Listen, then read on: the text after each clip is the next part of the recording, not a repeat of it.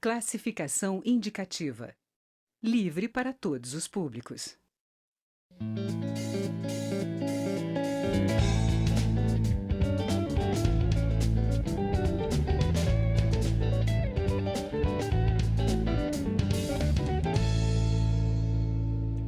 Olá! Uma frente parlamentar mista quer retomar o debate sobre a redução da maioridade penal. A Câmara já aprovou uma proposta que reduz para 16 anos a maioridade, mas essa proposta ainda não foi votada pelo Senado.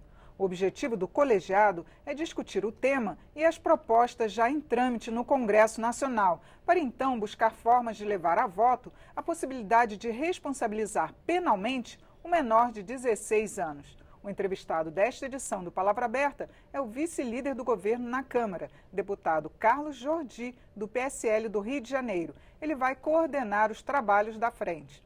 E o programa tem uma produção da TV e da Rádio Câmara.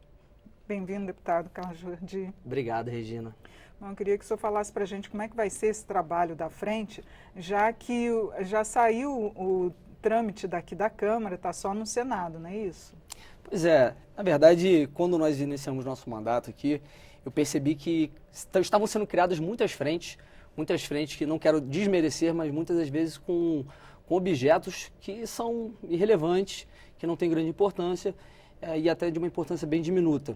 E percebemos que esse tema, que é um tema que ainda está em voga há muitos anos, que na verdade é um desejo da população que haja a redução da maioridade penal, inclusive durante o mandato do Cunha como presidente dessa casa, foi pautado, e nós sabemos que a PEC ela tem um processo bem trabalhoso. Naquela época se aprovou aqui, eram 3/5 em cada casa, aprovou na Câmara, 2 turnos, mas quando chegou no Senado ficou empacado por conta do presidente da época que não quis fazer com que o processo legislativo ele pudesse se exaurir e que pudéssemos assim ter já essa possibilidade no Brasil.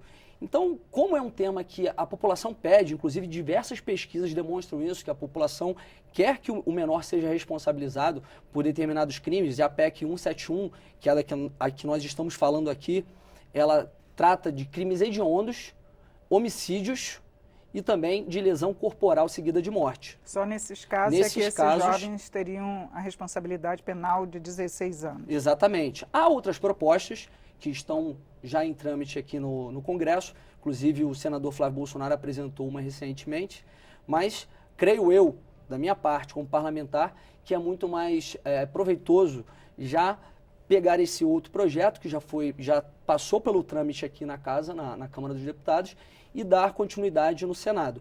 Mas essa frente ela vai ter um trabalho de discutir as melhores propostas, de analisar qual vai ser o melhor instrumento para que a gente possa estar implementando a redução da maioridade penal no Brasil. Inclusive, tem muitas pessoas que falam comigo que, na verdade, não se deve ter nenhuma limitação de idade, mas que não deveria ter nenhuma idade, que o criminoso, ainda sendo menor de idade, independente da sua idade, que ele deva responder pelos seus crimes. Mas isso só não tem nenhum país que tem esse tipo de lei, né? Tem alguns que até 12 anos, né? Não, isso, né? Existem sim, existem países que têm que não tem essa estipulação de uma idade. Inclusive nos Estados Unidos tem alguns estados, porque lá o Código Penal, na verdade a legislação penal é por estados. Existem lá determinados estados que fazem com 16, outros com 14, tem uns que não têm idade. Até 12 anos tem, né? Exatamente. Agora, deputado, queria que o senhor avaliasse também, porque a gente está vendo aí essa rebelião nos presídios e o nosso sistema penitenciário definitivamente é sempre superlotado. Como que seria conciliado aumentar ainda mais o número, né, desses jovens se for aprovada essa proposta?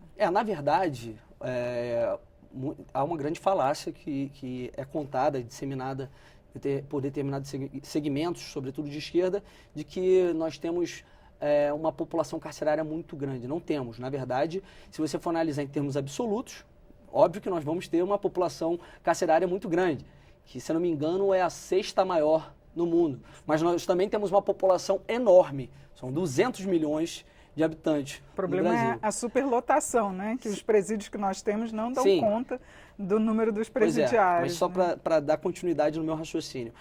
Se você for analisar em termos relativos, o Brasil está em 37º no mundo. Para você ter uma ideia, os Estados Unidos está muito acima de nós e, na verdade, lá nós há uma condição de segurança pública muito melhor que a nossa. O que falta para o Brasil é cadeia. Temos que construir mais presídios. Temos que construir mais presídios.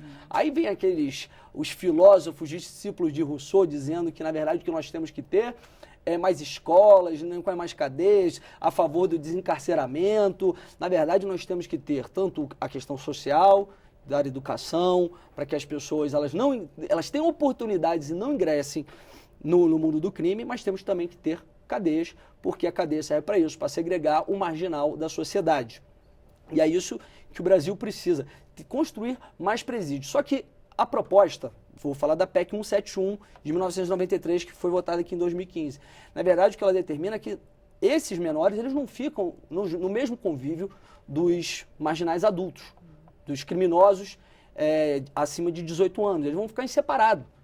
Porque aí podem perguntar, mas isso já não acontece atualmente com o cumprimento de uma medida socioeducativa por parte do menor de idade? Não, não é assim. Porque nós sabemos que eles vão para esses locais não de reclusão, mas de segregação para o menor cumprir a medida socioeducativa, e lá ele cumpre no máximo 3 anos. Para você terem uma ideia, aqui eu estou com um dispositivo do ECA que fala da internação no caso da medida socioeducativa. A internação constitui medida privativa de liberdade sujeita aos princípios da brevidade, excepcionalidade, respeito à condição peculiar da pessoa em desenvolvimento. E aí fala que a medida não comporta prazo determinado.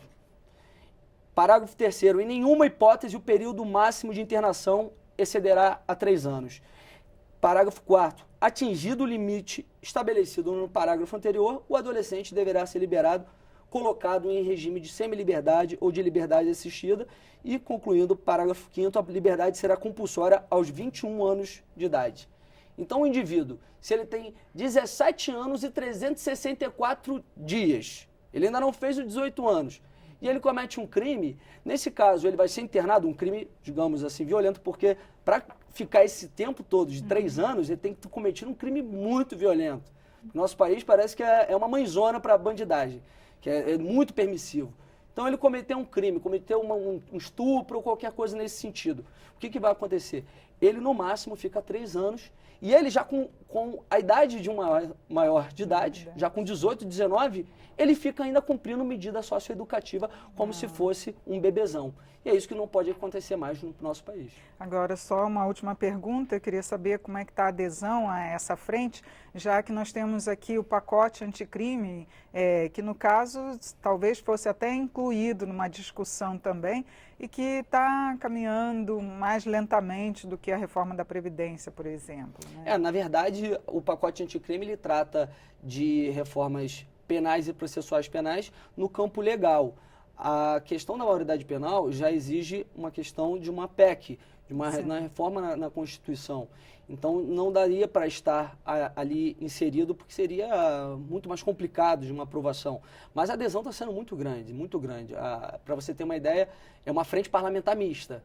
Nós temos senadores e deputados que aderiram a essa frente. Eu precisava de 198 assinaturas, nós conseguimos 205 e também já tem mais pessoas, mais deputados me procurando, dizendo que não sabia da criação dessa frente, que querem aderir, porque isso é uma questão que ela está muito flagrante na sociedade. Todos pedem que isso seja feito no Brasil, para que a gente, não é só uma questão de corrigir o menor, de corrigir o criminoso, mas também de justiça. Porque hoje o que acontece, dando um exemplo do que aconteceu com aquele Champinha, aquele criminoso em 2003, que ele assassinou os menores, o Felipe Café e a Lianda Friedenbach, em que ele era um menor de idade, de, se não me engano, 16 anos, não tinha mais do que isso, e ele era, digamos, um mentor de uma quadrilha que assassinou, estuprou aquele casal, estuprou a menina, ela ficou dias na posse dele, assassinou o namorado na frente dela e, ao final, assassinou ela com um golpe de facão cego.